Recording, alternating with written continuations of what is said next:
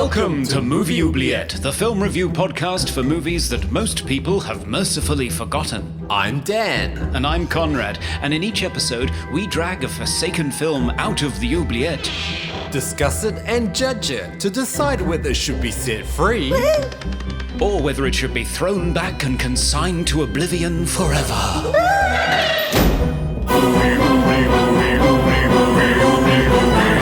We review the films others tend to forget. Come with us and open up the movie oubliette.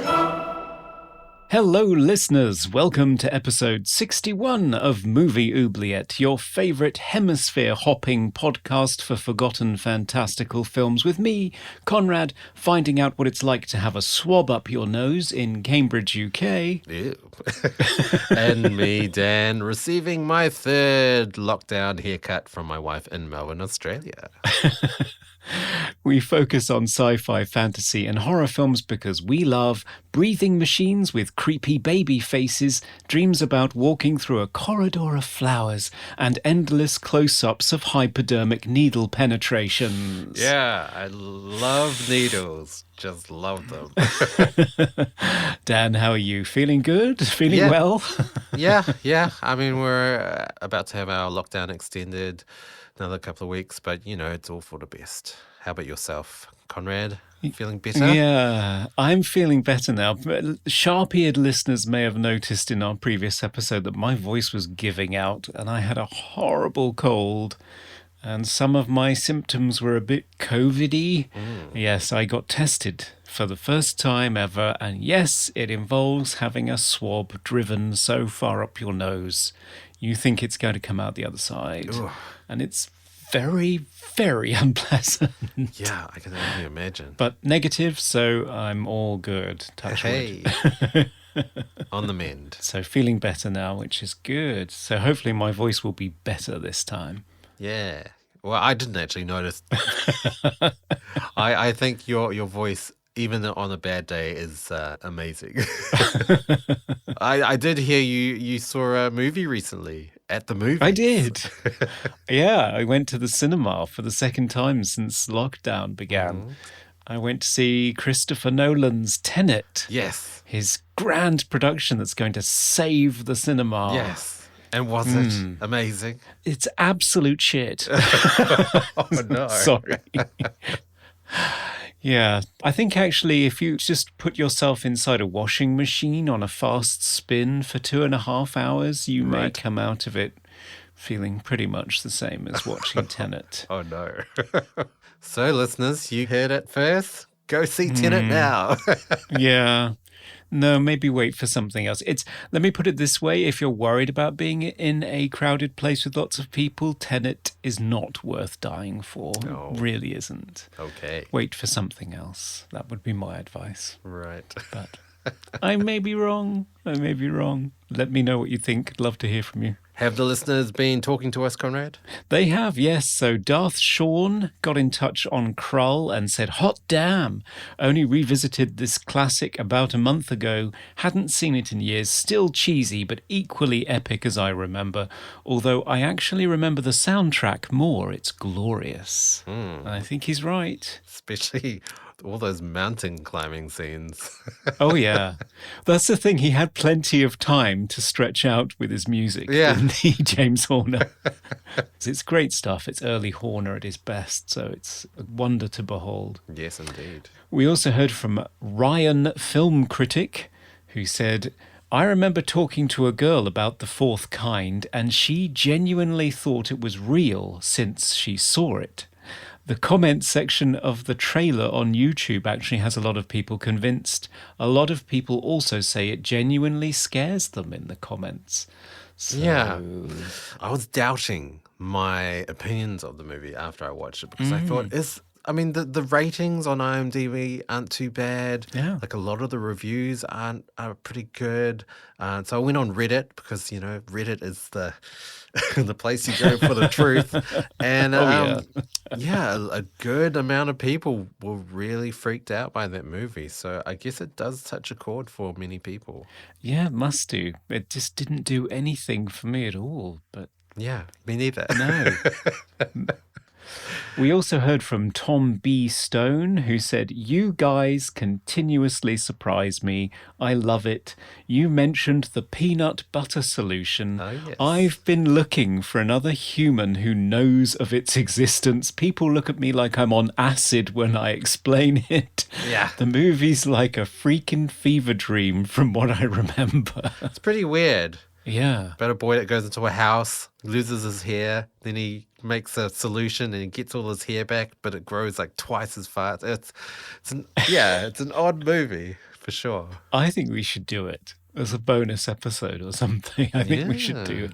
Try and track this thing down. Okay. We also heard from Serge of Cold Crash Pictures. Serge, hello. Hello, Serge.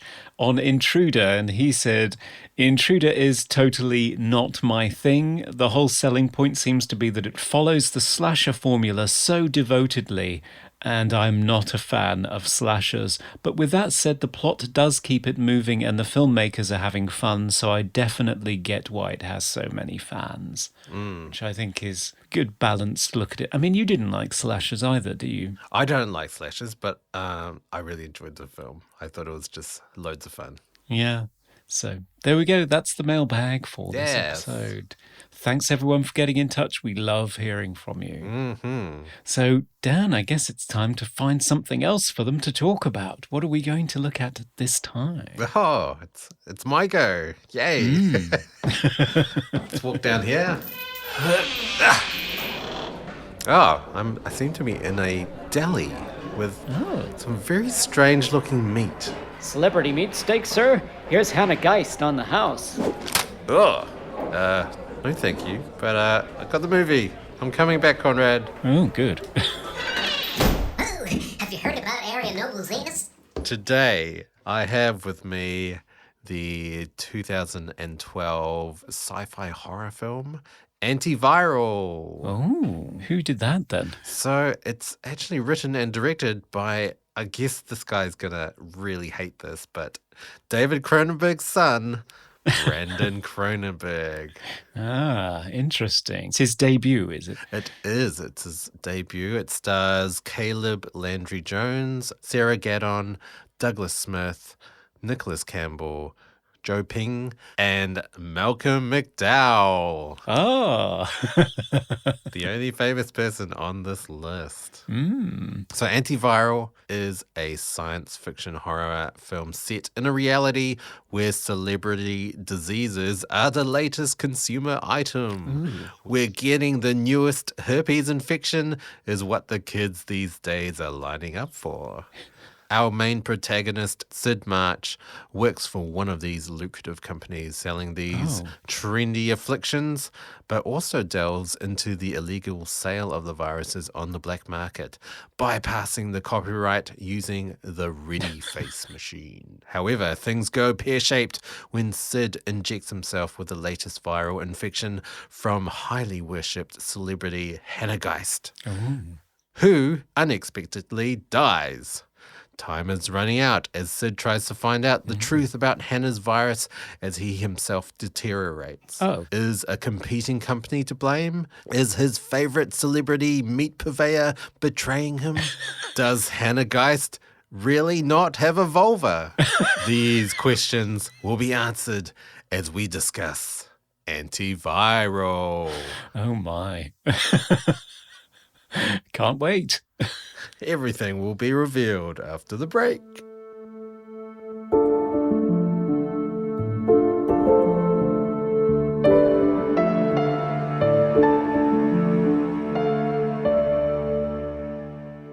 And we're back like a rash to discuss Brandon Cronenberg's debut movie, Right. Antiviral, a film which I have to say, Dan, just to kick off, is really fun to Google when you're trying to research it because you just get lots of crackpot remedies for Wow. coronavirus. Oh, no. Yeah. But yes, it is very timely, I guess, to be talking about a film like Antiviral. I hadn't seen this movie before. Had you? What's your history here? Yeah, I saw this film maybe, I don't know, 8 years ago, probably when it came out. Right. And I was very intrigued. Obviously, he is the son of David Cronenberg, so very, very big shoes to fill. Immediately, you're just comparing. Yeah. You just can't not compare. It is very similar to a David Cronenberg movie. It's the sort of thing he would do. It's not as horrific as what David Cronenberg would do. I would expect much more gore and body horror. There is a little bit. Yeah. What were your first impressions? Yeah, I mean, it's difficult for Brandon Cronenberg, isn't it? I guess he can't really escape being compared with his father. It reminds me of the introduction to a book written by Joe Hill, the son of Stephen King, who talks about the fact that for a long time he tried to do everything other than write horror novels. Right. It didn't work out very well anyway, and he ended up writing horror, and he's fucking amazing at it, and I think he's better than his dad. Oh, wow. I think so. I think things like Horns and Lock and Key, which was turned into a series on Netflix recently, I thought was really good. But in his intro, he talks about this struggle with how do you deal with the shadow that your father casts. He concluded that the guy who doesn't keep running away from his father's shadow gets on better in life. Because you're not constantly comparing yourself to make sure that you're not doing the same things as him. So he says, the person who's more interested in being like his father, he said, he's free to be his own man because his father was. The father, in truth, doesn't throw a shadow at all. He becomes instead a source of illumination, a means to see the territory ahead a little more clearly and find one's own particular path. And I try to remember how lucky I've been. Right. And I think that's interesting because Brandon Cronenberg in the behind the scenes talks about how he tried for a long time to do anything other than direct movies. He wrote, he drew, he sculpted, he tried every other medium, music, sound, and then realized that there was one medium where you combine all of these things. And it was film, and it seems like he has a real affinity for it, so he's just directing movies, and it's a body horror movie. So it's like, well, he can't escape it, really. But I think he's at peace with that, and he's just carrying on. And he's made 2 movies now. The next one's coming soon, isn't it? Yeah, Possessor. I just saw the trailer for it. So what did you make of the whole negotiating the Cronenbergs? Like father like son. I mean, the apple hasn't fallen far from the tree, has it? Yes. Obviously, I couldn't help compare. It is a different type of movie, though. I find David Cronenberg's movies to be a little bit messy, especially his early stuff. Whereas this is very, almost like too thought out. Like everything just seems to be perfectly placed. And visually, this film is just amazing. It has this white on white color palette, which they say in the commentary that it was just so difficult to try to control because there's so many reflective white surfaces and trying to light everything so everything doesn't look blown out, but you could still see details. It was a feat to really pull off. And I heard that they were going for a cross between going to a doctor's appointment and a fashion shoot. Which is exactly what it looks like. It looks like you're just going to get a checkup, but everyone looks fabulous. They do, sitting in the waiting room with all these enormous glamour shots of the people who you're going to get infected by. You're basically getting a genetically engineered copy of their latest flu, which is a fascinating premise. I mean, obviously the film is taking celebrity culture and celebrity obsession and pushing it to the furthest possible extreme. And all of it stems from a fever dream Brandon Cronenberg had while he was unwell, and he became obsessed with the fact that his cells were being penetrated and taken over by something that used to be in somebody else's body and has been passed to him. And he said to himself, this is kind of intimate in a strange biological way. And he thought, who would this appeal to? The first thing he could come up with was people who are obsessed with celebrities. It sort of clicked into place, I think, when he saw an interview where Sarah Michelle Gellar was on the Jimmy Kimmel show, apparently. Okay. And she said something about, if I sneezed right now, I'd infect the whole audience. And the audience cheered. Yeah. And he thought, okay, they want to have Buffy's cold. Yeah. So I mean, that's where he went with it. It sounds batshit crazy. I mean, who on earth would want a herpes infection from Tom Cruise or something? That's just crazy. But it's not that crazy. I mean, people buy handkerchiefs that Paul McCartney has used or, old socks from Elvis Presley or it's actually not that crazy.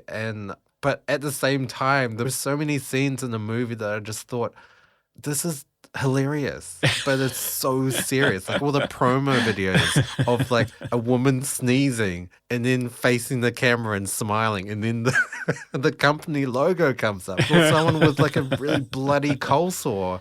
This is ridiculous. It's such a out there idea that it's almost too hard to comprehend as a valid idea. Yeah, it is. And it does that thing that speculative science fiction does really well, which is to take a social trend and then just push it to the furthest possible extreme that it can go to, just to make you think about how weird the thing was to begin with.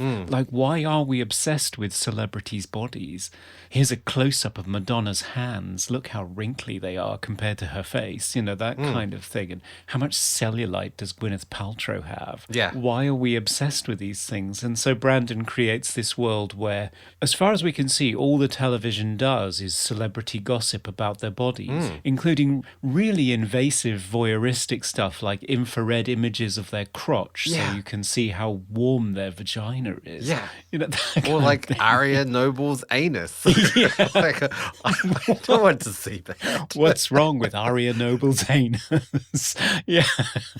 And people endlessly speculating about Hannah Geist, who's this film's superstar, just endlessly speculating about some deformity that she's meant to have. And one of the things that I love about this movie is that you go all the way through with people coming up with various theories and you never get shown. Nothing is ever confirmed. Yes. So you're not even sure that she has one. Yeah. It just seems to be an endless sport to talk about it. Yeah, I'm reminded of actually some of David Cronenberg's movies.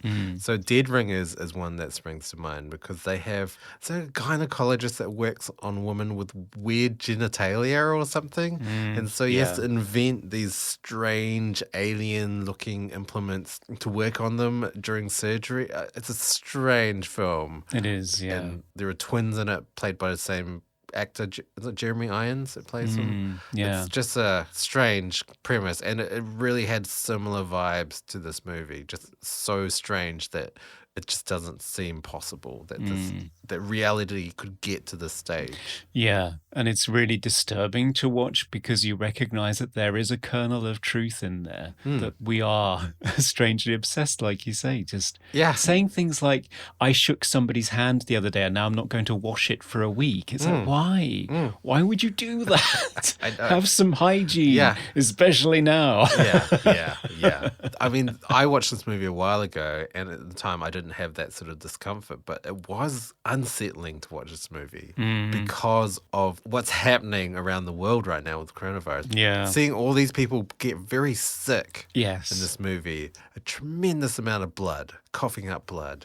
Some scenes not so convincing because you can see the actor Caleb Landry Jones holding in the blood. You can see him holding in the blood and then spitting it out. Yeah. So not every scene looks convincing, but a tremendous amount of coughing up blood, a tremendous amount of needles. Oh my. So if you don't like needles, this is not your movie. do not watch this movie. No, because it's all real as well. It's all close-ups of blood being extracted and needles going into skin because it's very difficult to fake, and he wanted to show it, so here it is. Oh yeah, and it just gets like worse and worse. I mean, that scene where the character Sid stabs that guy in the gums.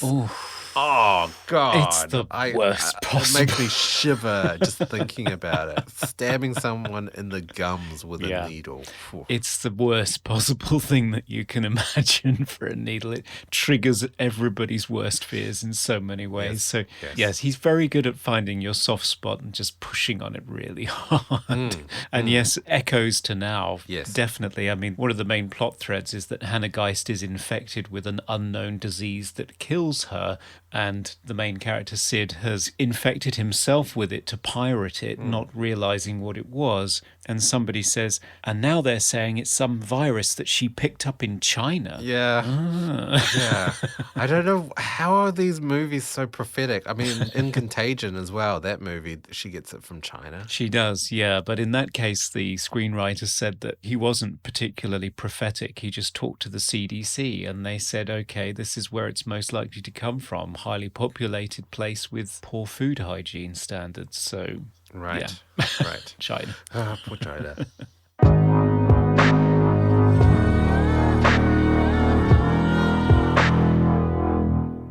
In the commentary, they'd say that they had a rule that they would not have any pans or tilts in terms of camera movement, apart from when the character Sid was moving somewhere. I did find one scene that they completely scrapped that rule, which was in the deli. They had a handheld in the deli, and it was just a deli. It's just people selling celebrity meat. In a deli. Which, by the way, is disgusting. Slabs of grown, muscle cells from celebrities. That is... Yeah, again, an extrapolation of a very real technology, because you can take cells from a cow and then you can grow a steak. Grow a fake steak. Yeah. It's disgusting, but That's technically not from an actual animal, so No. I guess vegetarian? It is, yeah. It's technically it could be the way forward, but at the moment it's horrifically expensive, not necessarily very tasty, but it's possible to grow protein this way. So here's our extrapolation of that. Tom Cruise burgers.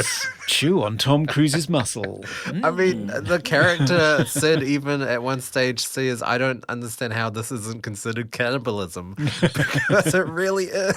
Yeah, it really is, but it's all about consuming that celebrity culture in any way you can. Yeah, by literally consuming that celebrity.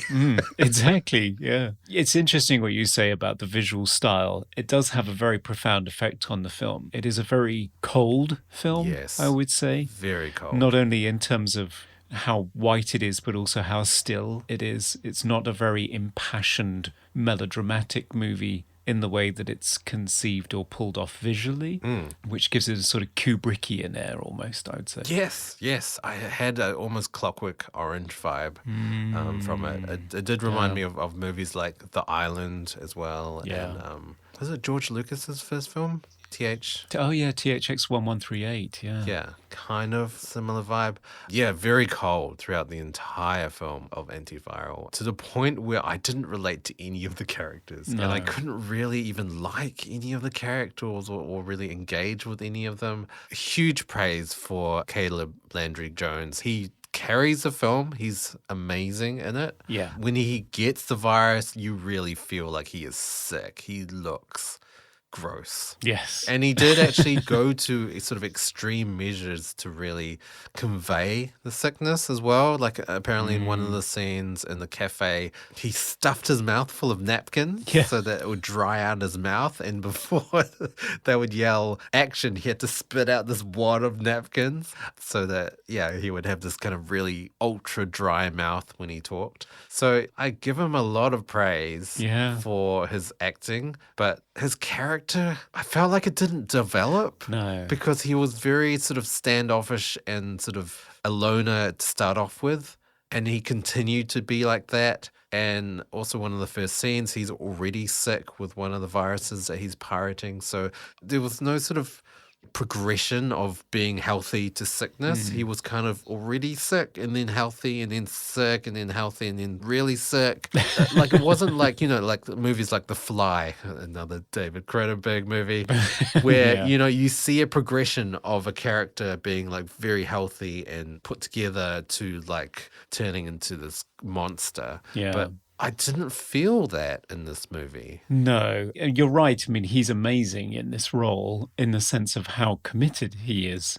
I've liked him ever since I saw him in Get Out. I thought he was amazing in that movie. He played one of the evil white family. I mean, it has to be said, he is very, very white. He is very, very pale. I think he has ginger hair and a lot of freckles. Yes. So he's quite a pale, ghostly sort of figure to begin with, and quite thin, and gets progressively sicker and thinner and paler as the movie progresses. So, I mean, he's great in the role, but as written, the character doesn't really have any development. There's almost no motivations even. No. Because the ending doesn't really tie anything up. No. So he's contracted this virus that ends up killing Hannah Geist, but not really killing her, almost killing her, one of the twists. So what are his motivations? To cure the virus? But then at the end, the last scene, he's cured somehow. I guess he must have struck a deal with the competing company that originally engineered the virus, I guess. But I don't know. There wasn't any resolution to that. It just had a final scene that was shocking but not really conclusive. Yeah. And so I felt like the movie was not really even going in a direction. It was just flatlining and then it ended. Yeah. Like there wasn't a sense of suspense or tension or drive. No, it does try to turn into one of those detective trying to find a cure for his own poisoning before he dies movies, or one of those things where somebody's trying to find out who killed them. Yes. The victim as protagonist, sort of like Dennis Quaid's DOA from 1988 Okay. is one of these movies with Meg Ryan again, interestingly enough. And Jason Statham did a movie like this called Crank. Oh, yes. I love Crank. You've seen Crank? Yes. Oh, I haven't seen that one. So that's another one where he's trying to figure out who did this to him before he dies, kind of thing, but crossed with speed because he has to keep his revs up above a certain level. But yeah, so it tries to turn into sort of a detective plot, but halfway through, but it sort of fizzles out. And then the ending doesn't seem to relate to anything, because I didn't really understand why the movie's ending seems to suggest that he is obsessed with Hannah Geist, so much so that he's quite happy to tend to her body slowly growing in a tube and suck on the blood that's being produced artificially through this biological system in an iron lung, which is hideous. So he's sort of like a vampire, but I never thought that he was obsessed with her in that way. No. I thought that was sales patter from the very beginning of the movie. I thought he was sort of coldly cynical about the whole thing. Yeah. Certainly he talks about eating the meat as cannibalism. I thought he was critiquing the whole thing. Exactly. And just taking advantage of it for his own ends. Yeah, I didn't get any sense of him being actually obsessed with Hannah Geist at all. No. So that end just seemed meaningless almost. Yeah. Like it almost seemed just shocking for shock value only. Also, was that actually Hannah Geist's body? I thought they'd just taken some cells and just grown her. Yeah, I think you're right, actually. I think Was that actually her? No, I think it could be. It's either that they've kept what's left of her and they're just letting it grow. Yeah. Or they've grown her again. I don't know. It could be either. Yeah. It doesn't really mean anything. And that's one of my biggest problems with the movie. It has this sense of being the result of an awful lot of research. Brandon Cronenberg talks about how he was writing this movie on and off for 8 years. Oh, wow. And you can tell that he's put a lot of thought into it. But you tend to have this thing where scenes will begin with a character telling us something interesting that Brandon has discovered during his research. And then once they've finished telling you that, we'll then get on with telling you the next plot device. So you have the scene where Dorian Lucas, the head of the Lucas Clinic, talks about how tulips are only striped if they've been infected with a virus. Otherwise, they're just a solid colour. Or the scene where the guy that runs the Astral Bodies meat market, Arvid, he talks about how Henrietta Lacks, this lady who died of cancer in the 1950s, but her cells are still being grown all over the world as part of cancer research. And I looked it up. That's true, Wow. which is fascinating. Yeah. So he says something about the afterlife is becoming perverse or something, which I thought is interesting. And when Sid March is captured by the competitor and put in this white room where they're studying the pathology of his death so that they can share that with the world so people can feel connected to Hannah Geist's death or something. You have the scene that begins with one of his captors sitting on his bed talking about the sexual politics of viruses and how it's all very penetrative, blah, blah, blah. But, they say these little nuggets of information and then they move on to the plot. And it happens over and over again, scene after scene. So the whole film just feels like a thought experiment rather than a narrative, or a thought experiment disguised as a narrative. Yeah. And it doesn't quite come together as a thrilling viewing experience. Yeah.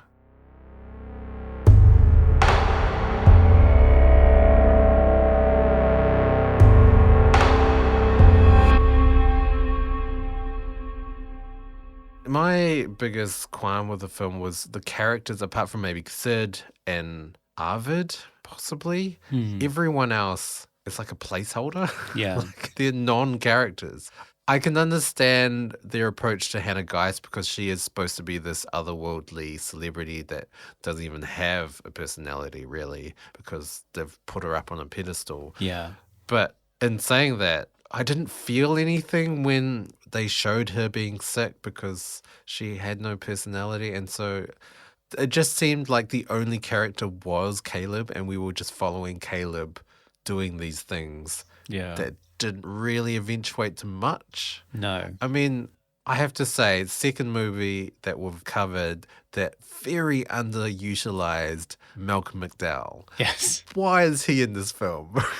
Well, apparently he has a habit of helping out first-time directors by making cameos in their movies. Right. Which is very nice and supportive of him. One thing I would say, I actually think he's better in this movie than I've seen him in a long time. All right. Okay. The two scenes that he's in and the speech that he delivers, I actually believe it. Yes. Which okay. I don't often with Malcolm. He just seems stiff and fake to me most of the time. I can just see the acting cogs moving. Okay. And yeah, I did like the fact that Hannah Geist was just not a real person in a very real sense, and quite deliberately, because that's the whole point that they're trying to make about celebrity, that celebrity is a group hallucination, that this persona that's being created that we all obsess over has no relationship to the actual biological entity that's sitting on the other side of it. Sure. And I thought that proved the point really well. I mean, I quite like the fact that she never even has lines until she's died.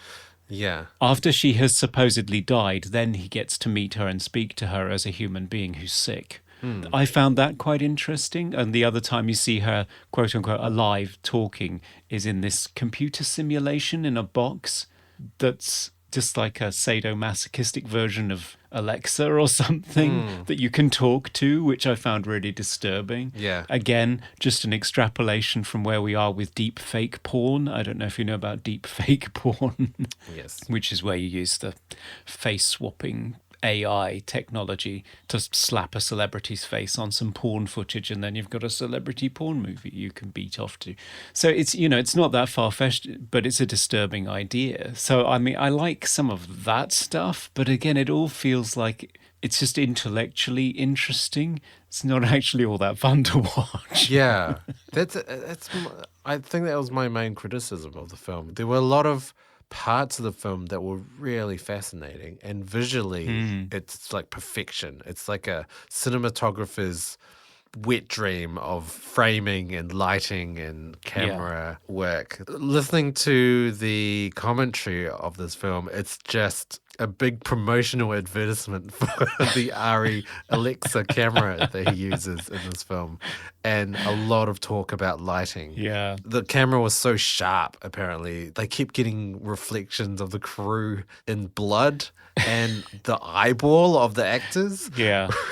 Which is insane. It's pretty amazing. The pre-production of this film is incredible as well. All of the magazines that they have, all the promotional videos for the Lucas Clinic, all the news footage of Hannah Geist and also her funeral, all of that was so well done, so convincing. But yeah, narratively, it just doesn't really grab you. Like there were a lot of scenes that were mind-blowingly visually pleasing, but really boring at the same time. Like a lot of scenes that I was kind of like, oh, is the scene still going? Oh, okay, next please, next scene. Oh, nothing's happened. Oh, okay, it's just another slow-mo of him walking down a hallway with flowers. Okay, looks good, but it takes too long. Yeah. And the soundtrack is interesting too. I don't know what you made of the music. To me, it fits into that category of sound design scores where it's just noises. Apparently, it's lots of acoustic sounds treated through synthetic means, including lots of really vintage modular synthesizers. It worked. It created a mood.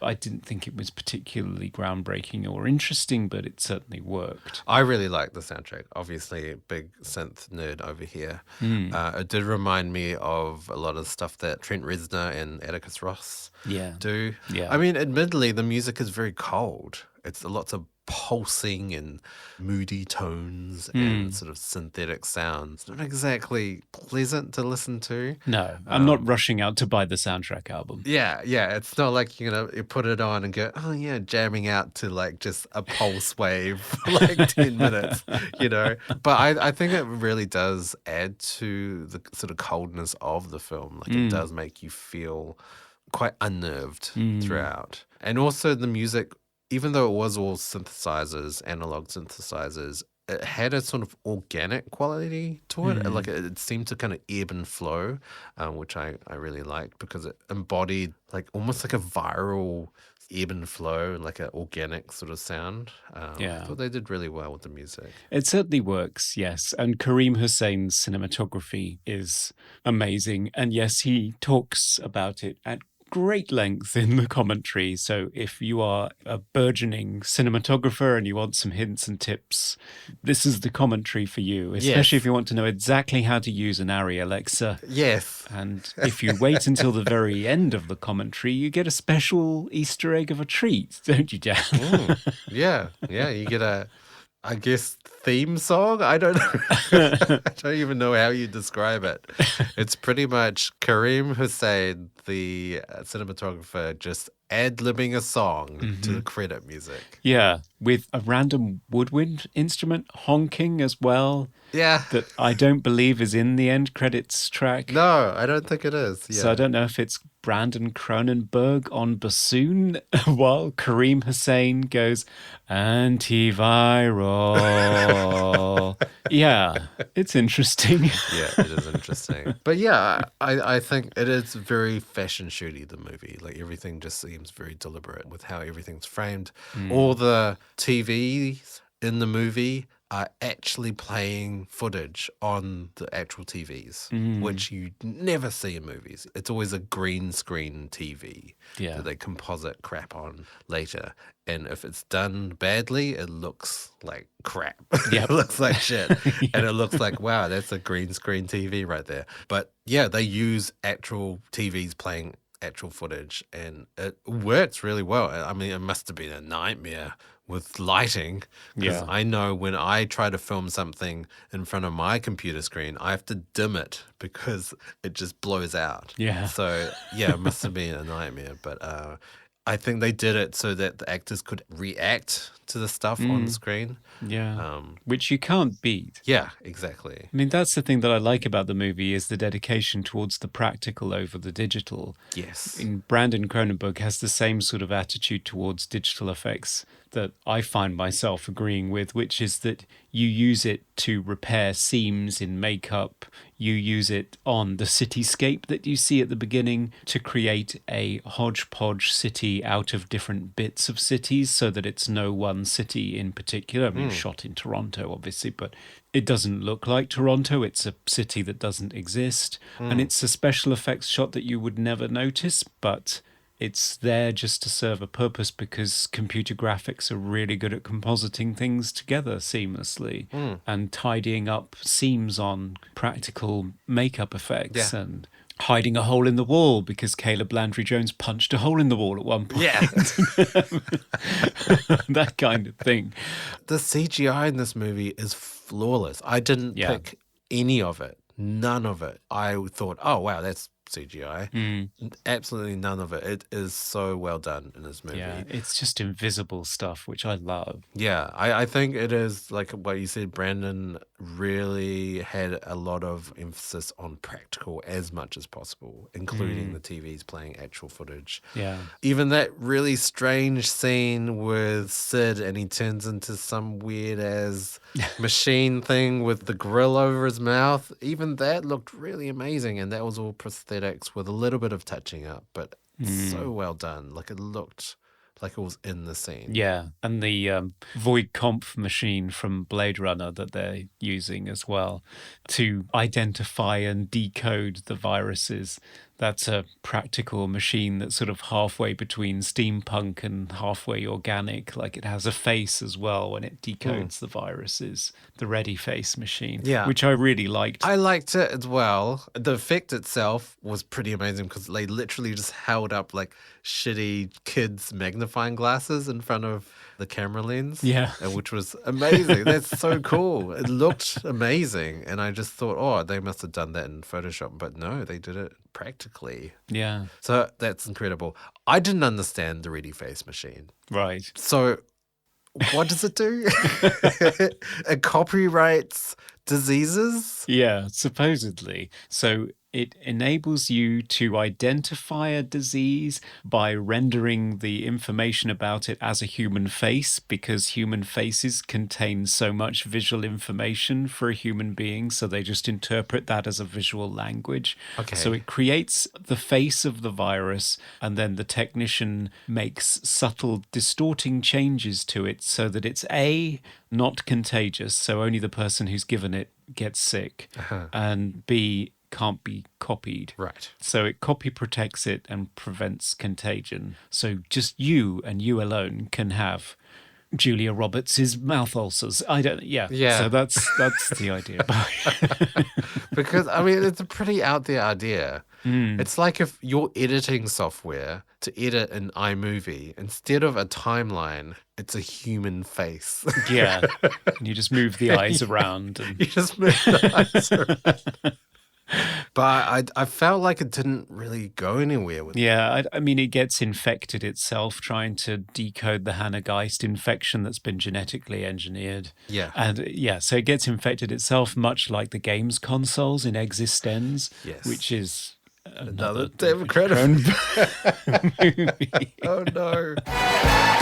Now it's time for Random Trivia. So, Dan, what rare and tropical piece of trivia have you caught off some celebrity today? Well, the celebrity meat that features in this film that Arvid sells in his delightful deli is actually made from seitan, which is an all-vegetarian product. It's actually gluten. It's pretty much pure gluten. I've actually made it a couple of times. Oh, have you? Yeah, it's what's it like? if you make it really well, it is similar to chicken in texture. It doesn't taste like chicken. It tastes like nothing because it's just gluten. But you flavor it and it has a similar sort of stringy, fibrous quality to chicken. And you can make it from flour. You pretty much have to make a dough from flour and just wash it and wash it and wash it, and it washes all the starch away, and you're left with just pure gluten. Right. It's interesting. It's interesting. So not good if you have a gluten allergy, obviously. No. No. That's our trivia.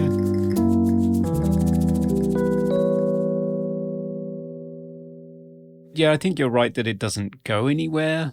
I mean, the critique of celebrity culture in and of itself feels a little bit dated. I mean, certainly from the perspective of 2020, the idea that celebrity culture being a significant problem for society is kind of laughable. Really, when we're dealing with an algorithm and social media breaking down Western democracy and a worldwide pandemic that's bringing the economy to its knees. Yes. In fact, celebrities became almost irrelevant. There was a point at the beginning of COVID-19 where they started to feel ignored and started making videos where they were all singing John Lennon's Imagine together and stuff to sort of say, hello, we still exist. It felt a bit desperate, didn't it?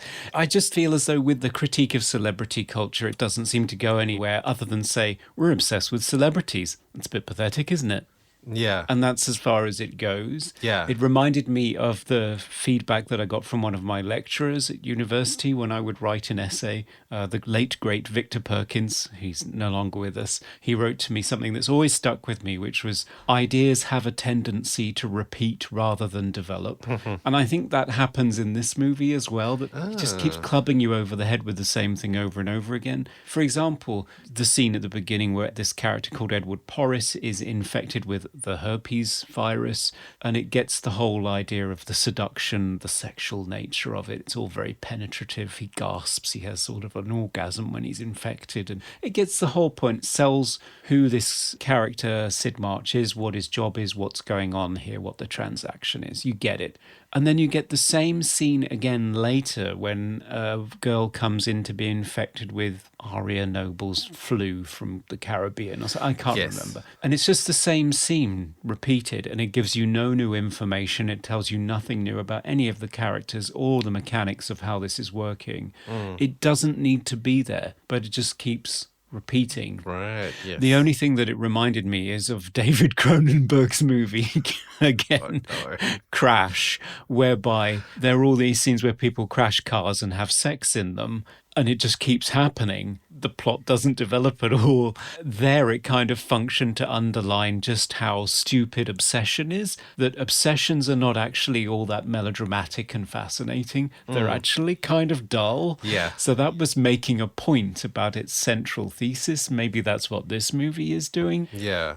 It was giving you all the right information about this reality, but you didn't really see further than that. Yeah. I would have loved to see this movie with more of Hannah Geist in it, from her perspective and her sort of dealings with this. Like, I mean, it's pretty weird to be a celebrity and have your bodily fluids slash cells slash, diseases being sold to people. Like, it would have been interesting from her perspective. Yeah, it's true. But it was purely from Sid March's perspective. And I don't know, I feel like we were peering through a little peephole, but we weren't really seeing the whole picture. No. And actually, I think that would have been the much more interesting way into the story, would have been looking at it from her perspective rather than his. Yeah.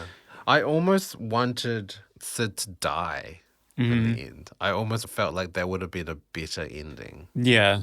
And people started harvesting him instead? Or I don't know. Something like that. Yeah, something a little bit more shocking. I don't know.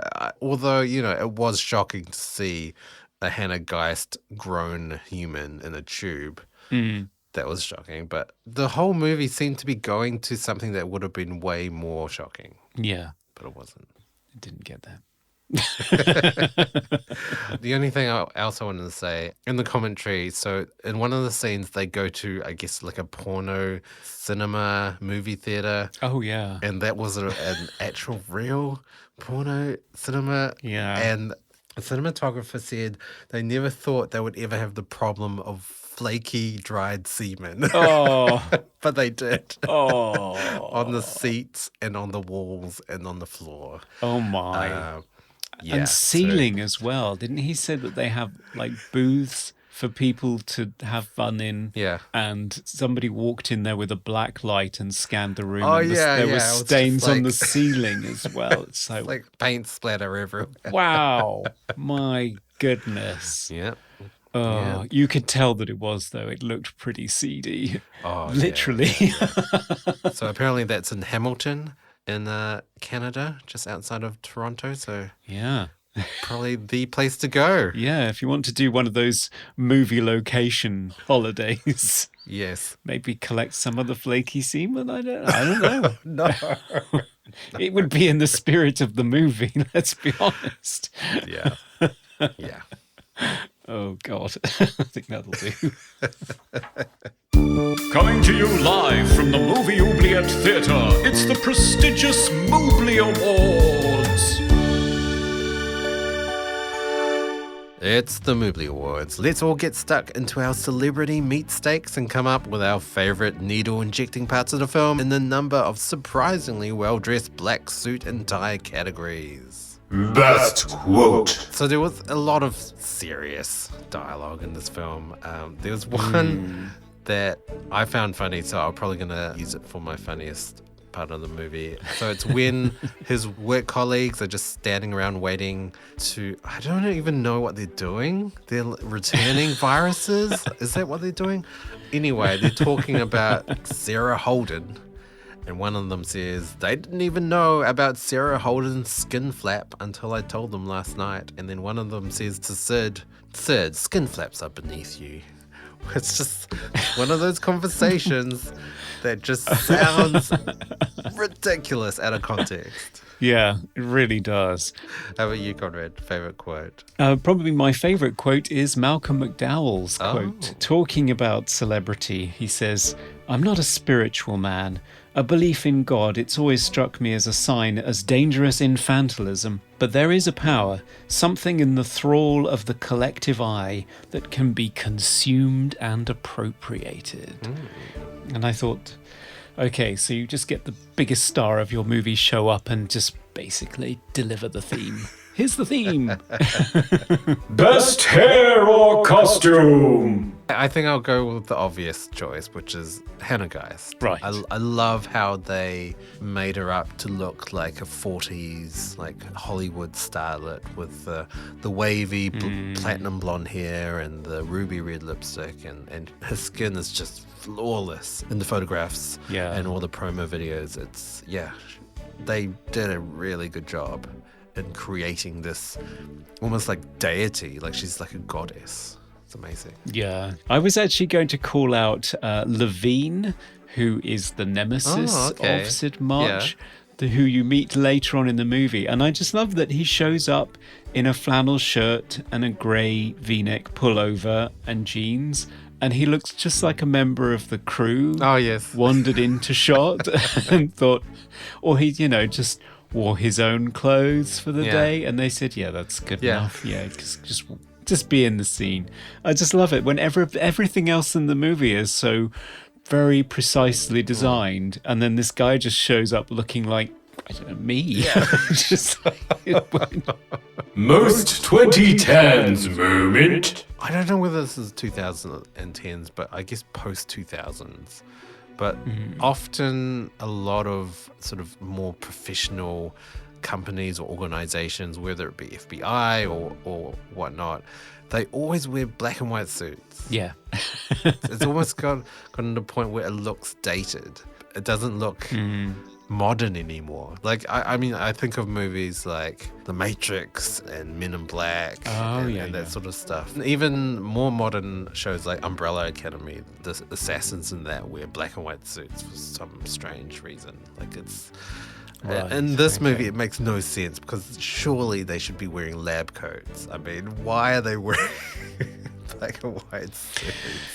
Yeah, it's a very distinctive look and quite different from the 90s, I guess, when you would have all these pastels and loud shirts and weird ties and So it was a reaction to that, I think, going back to something classical. Yeah. How about you? What was your most 2010s moment? It's a technology thing. So at one point when Sid goes to meet Hannah for the first time, someone in the crowd that's clamoring outside her hotel is holding up a BlackBerry phone. Oh, right. Yes. Wow. Do you remember BlackBerry phones? They were all the rage for late 2000s, early 2010s. But wow, they were dead by 2015 or so, weren't they? Pretty much. Yeah. Favorite scene? So I didn't have a favorite scene in this movie, but I had a favorite shot. Oh, yes. Which is shortly after he has that weird fever dream that you mentioned, where he's got tubes coming out of him and a grill for a mouth and all that kind of thing. When he wakes up from that, there is this great shot of him looking at himself in the mirror, and the mirror has a beveled edge to it, and they've lined it up so that as he moves his hand over this bruise that he has on his arm, it looks as though his finger penetrates his flesh and actually goes into it. But it's all achieved practically just because it's a mirror and there's a beveled edge to the mirror, and it takes you a few seconds to figure out visually what's going on. And I thought, it just seems so resourceful. I don't know whether it was planned or they just noticed that this effect could be achieved on the day and just did it, but I just loved it in terms of how it played into the themes of the movie. And how simple it was, but how effective it was, and how you could get disturbing images even from everyday objects like that. I love that. I thought that was great. Yeah, they really used sort of framing really well, and lighting especially. Yeah, wow. My favorite scene, Sid's escape scene. He's been captured by the competing company and imprisoned in this white room. And is it the CEO is chatting to him about something profound. Sid escapes by stabbing him in the gums with a needle. Ow. And escapes the room. This is probably the only instance of sort of shaky handheld camera work that I've actually enjoyed. Like, it follows Sid's movements. It's just a really, really tense scene with some incredible physical acting. Caleb Landry Jones just knocks it out of the park with that scene. You really feel a sense of urgency and desperation. Most cliche sci-fi moment. Is it gonna be needles? Any biological horror sci-fi film always has to have needles, and there are so many needles in this movie. Yeah, real needles. So this is a needle snuff movie. Yeah.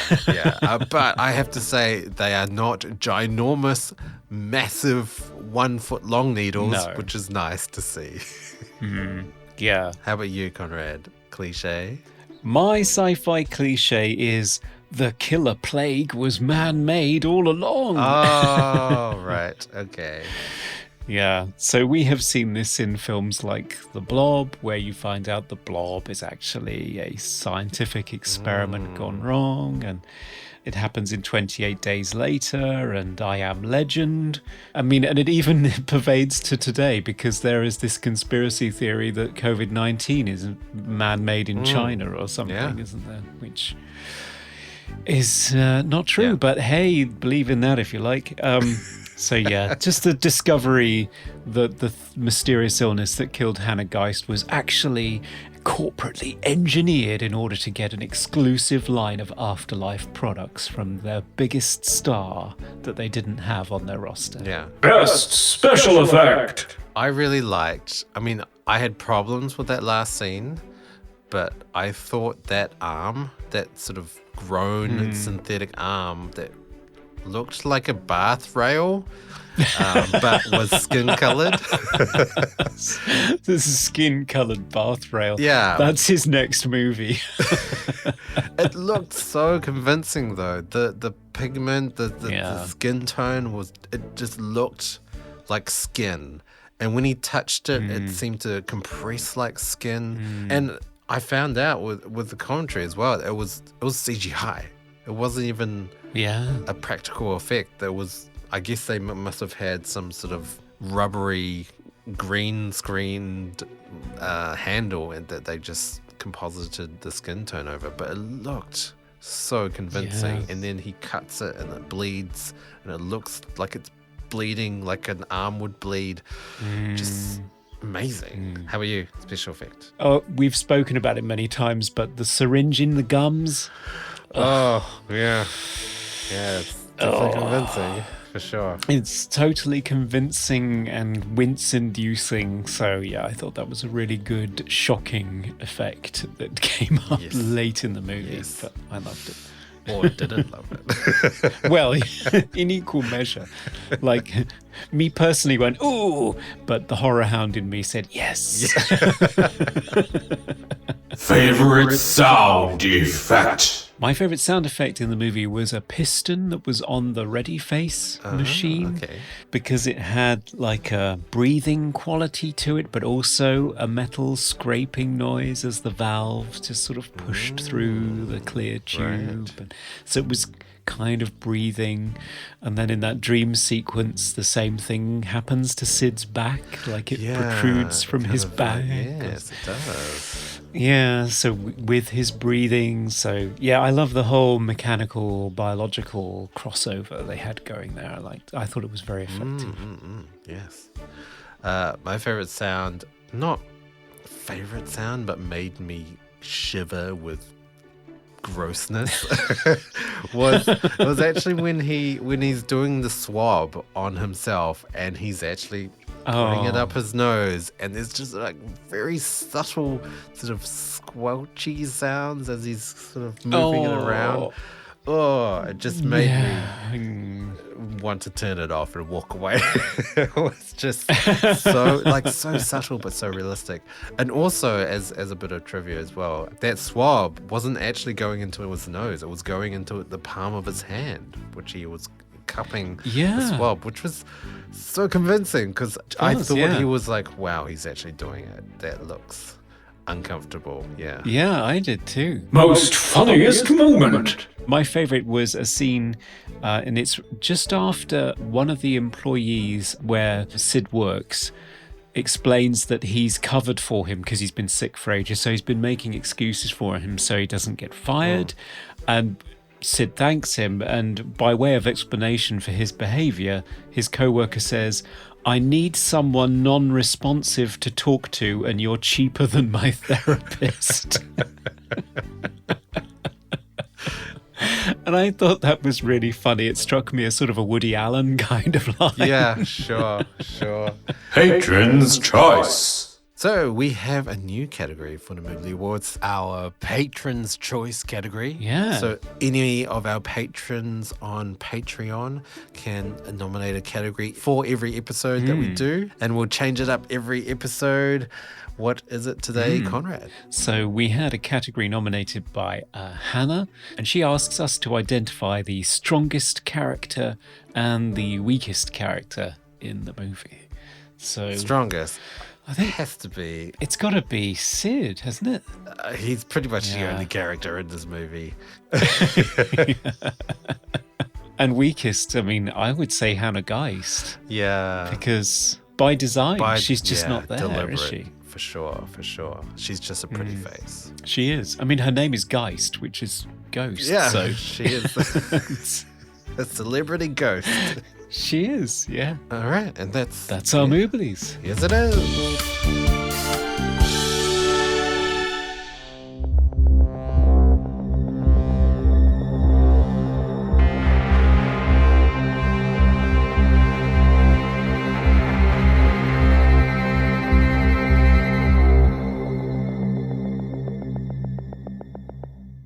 It's the final part of the podcast where we present our closing statements about Antiviral, whether it should be released from its white-walled prison to contract as many celebrity viral diseases as it can stomach, be praised by its adoring fans, or should it be encased in an iron lung and rolled down into the darkness of the oubliette, eradicated from film history.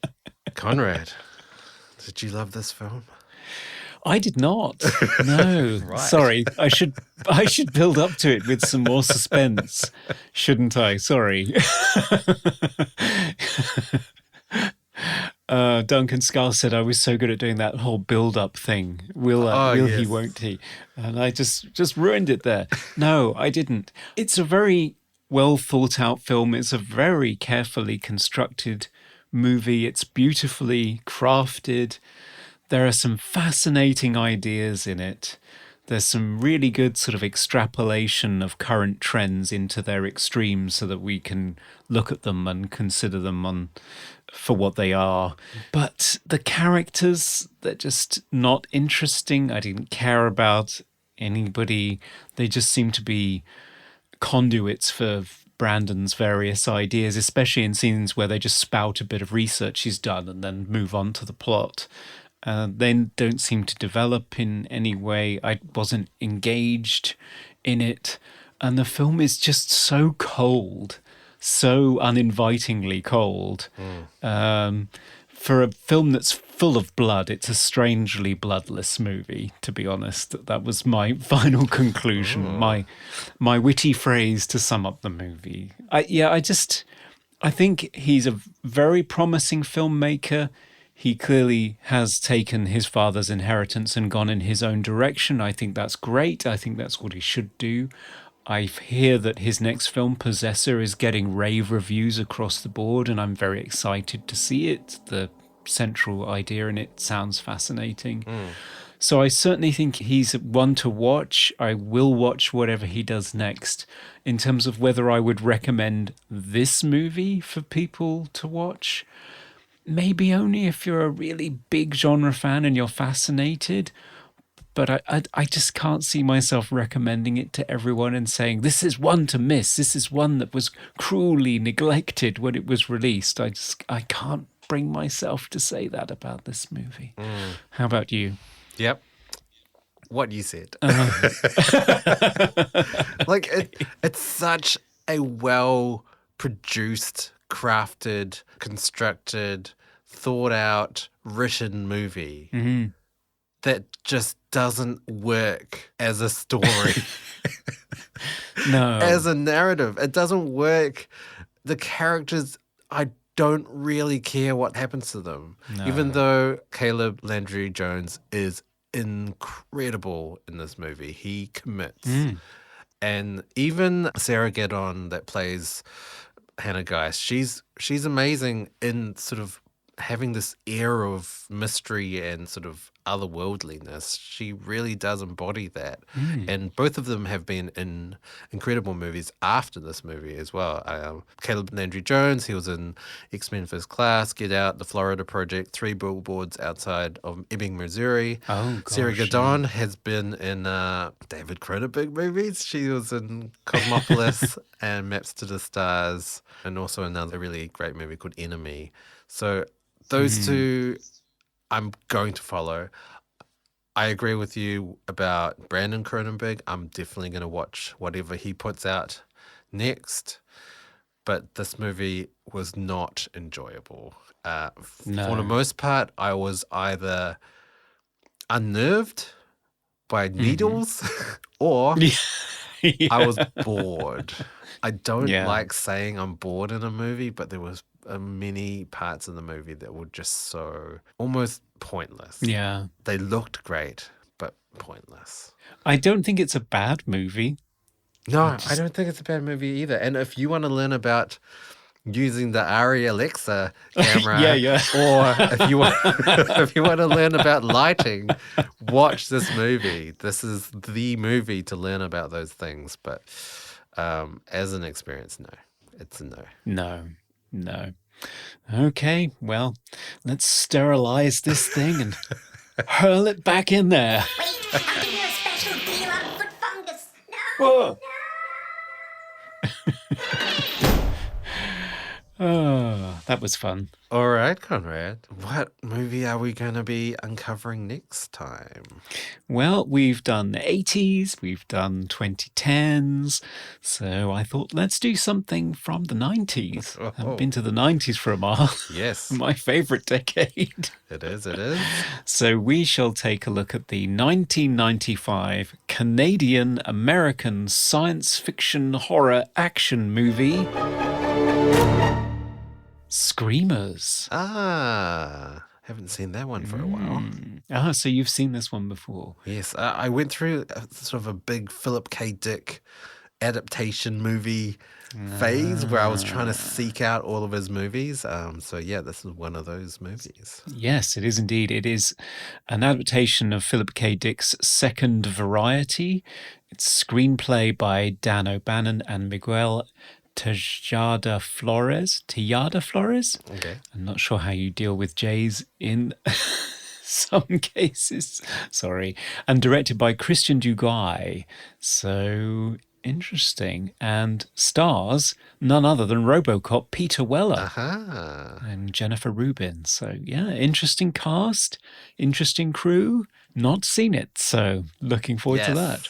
Can't wait. And it's its 25th anniversary this month, so ooh, timely. Time to celebrate. Yeah. So listeners, if you want to keep up with all of our episodes or message us, tell us what we've got wrong or right with our reviews, you can follow us on all our social media platforms, Twitter, Facebook, and Instagram as Movie Oubliette. Yes, and if you want to support the show, you can head on over to Patreon, where for $1 you can nominate films for us to cover in future. And of course, now you can suggest categories for the Moobly Awards, which we're really looking forward to doing. Be as wild and creative as you like. Yes. And for $5, you get access to all of our extra bonus material, including extended interviews with celebrity guests and so forth. So loads of great stuff to be had on Patreon. We're looking forward to your Moobly Awards suggestions. Very much so. And please, if you haven't already, give us a rating and review on Apple Podcasts or whatever other podcast platform you are listening to us on. Yep. Really helps spread the word about the show. So it's one of the best ways to support us if you can take a moment to do it. Yes. That's it, right? Yeah, I think that's it. I think I'll go away and swab my nose and wash my hands a few times. And stay away from needles. Indeed, gosh. Oh, yeah, I can't say I'm looking forward to the vaccination for coronavirus quite so much after watching this movie. But, Right, yes. Yeah. Well, as long as we're not stabbed in the gums, I'm fine with it. No, that's the thing. If the prevention for coronavirus has to be administered by gums, would you take it? There's our question for social media. Until next time. Thanks for joining us. Bye for now. Goodbye. We review the films others tend to forget. Come with us and open up the movie oubliette. Do you know he used to torment his lovers by packing his foreskin with spices before intercourse?